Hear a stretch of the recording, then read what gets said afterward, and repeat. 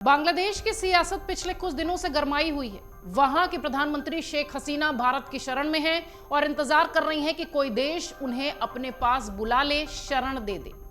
इस बीच शेख हसीना के बेटे साजिब वाजिद जॉय ने कहा कि बांग्लादेश में लोकतंत्र की बहाली के बाद शेख हसीना वापस लौटेगी। ये बड़ा बयान उनके बेटे का आया है।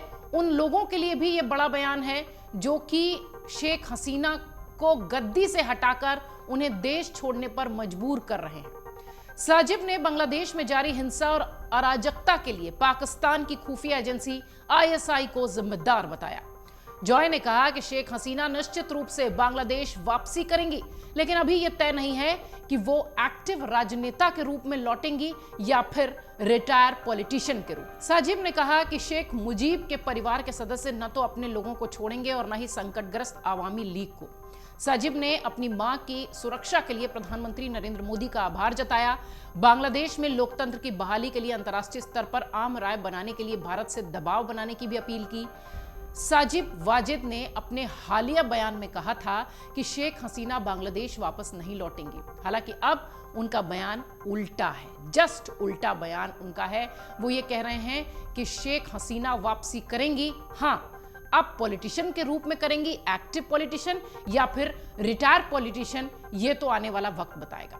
साजिब वाजिद ने कहा कि हाँ ये सच है कि मैंने कहा था कि वो बांग्लादेश वापस नहीं लौटेंगी, लेकिन देश भर में हजारों हमारे नेताओं और पार्टी कार्यकर्ताओं पर लगातार हमलों के बीच पिछले 2 दिनों में बहुत कुछ बदल गया।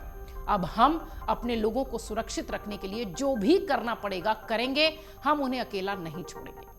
आवामी लीग बांग्लादेश की सबसे बड़ी और सबसे पुरानी राजनीतिक पार्टी है, इसलिए हम अपने लोगों से दूर नहीं जा सकते। लोकतंत्र बहाल होने के बाद निश्चित रूप से बांग्लादेश वो वापस आएंगे। शेख हसीना के बेटे साजिब ने बांग्लादेश में अंतरिम सरकार बनने के साथ ही कानून व्यवस्था बहाल करने की भी अपील की। इसके साथ ही उम्मीद जताई कि देश में लोकतंत्र बहाल होगा और नए चुनाव होंगे। उन्होंने कहा कि देश अराजकता की तरफ बढ़ रहा है, दूसरा अफगानिस्तान बनने की राह पर है। उन्होंने कहा कि आप बांग्लादेश की राजनीति से अवामी लीग को कभी बाहर नहीं कर सकते।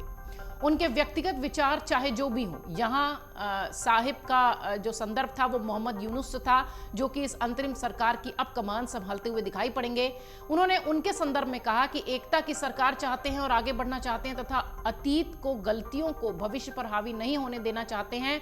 मुझे उम्मीद है कि अपने वचन पर वो कायम रहेंगे। नोबेल पुरस्कार विजेता मोहम्मद यूनुस बांग्लादेश की अंतरिम सरकार के प्रमुख के रूप में शपथ लेने वाले हैं, ऐसी तैयारी है। उनके और उनकी बहन साइमा वाजिद के राजनीति में आने के सवाल पर साजिब ने टिप्पणी से इनकार कर दिया। साजिब ने कहा कि वो बांग्लादेश को पूर्ण अराजकता से बचाने के लिए जो भी करना पड़ेगा वो करेंगे। हालांकि उन्होंने स्पष्ट तौर पर नहीं कहा कि वो पॉलिटिक्स में एक्टिव होंगे। वहीं सूत्र ये कह रहे हैं कि शेख हसीना जल्द ही भारत छोड़ सकती हैं। अगला ठिकाना उनका और कोई हो सकता है। शेख हसीना का अगला ठिकाना कहां होगा, इस बारे में फिलहाल अभी कोई जानकारी नहीं है। शेख हसीना संयुक्त अरब अमीरात, सऊदी अरब या कतर में भी जाकर रह सकती हैं। वहां शरण लेने की चर्चा भी चल रही है, लेकिन अभी तक स्पष्ट तौर पर कोई भी बयान या स्पष्ट तौर पर कोई भी फैसला सामने नहीं आया है कि वो किस मुस्लिम देश में शरण लेने जा रही हैं। अमेरिका और ब्रिटेन पहले ही हसीना को शरण देने से इनकार कर चुके हैं टेक्निकली।